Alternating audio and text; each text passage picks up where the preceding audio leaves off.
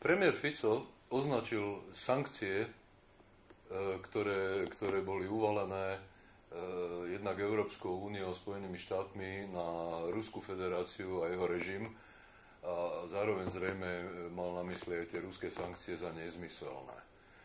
To znamená, že on vôbec hodnotovo nerozlišuje, čo je príčinou tých sankcií ani čo je ich obsahom.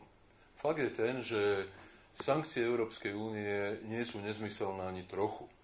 Ak by mali byť nezmyselné, tak by premiér Fico mal odpovedať na otázku, že ako má teda Európska únia, ako majú Spojené štáty, reagovať na správanie sa štátu, ktorý vedie na území vedľajšieho susedného štátu nevyhlásenú vojnu, ktorý masívnym spôsobom porušuje medzinárodné právo, ktorý sa správa ako agresor.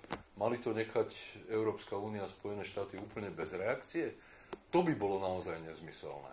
Na druhej strane treba rozlišiť sankcie, ktoré sa týkajú veľmi adresne niektorých ľudí z toho najbližšieho okolia prezidenta Putina a niektorých ruských firiem od sankcií, ktoré akože strucu ako odpoveď uvalilo Rusko na krajiny Európskej únie a na Spojené štáty. To sú sankcie, ktoré tie sú nezmyselné. To mal povedať premiér Fico. Nezmyselné sú sankcie, ktorými Rusko odpovedá na tlak Európskej únie a Spojených štátov. Sú úplne nezmyselné a oni síce majú potenciál mierne hospodársky poškodiť nie Európsku úniu ako takú, ale niektoré firmy, niektorých vývozcov potravín napríklad, ale rozhodne o mnoho väčšmi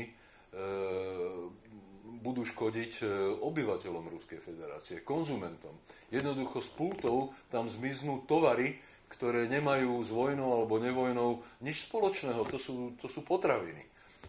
Takže treba povedať, že ak je niečo nezmyselné, tak sú to poprvé ruské sankcie voči Európskej únii a po druhé Ficové výroky, ktoré nedokážu urobiť rozdiel medzi jedným a druhým.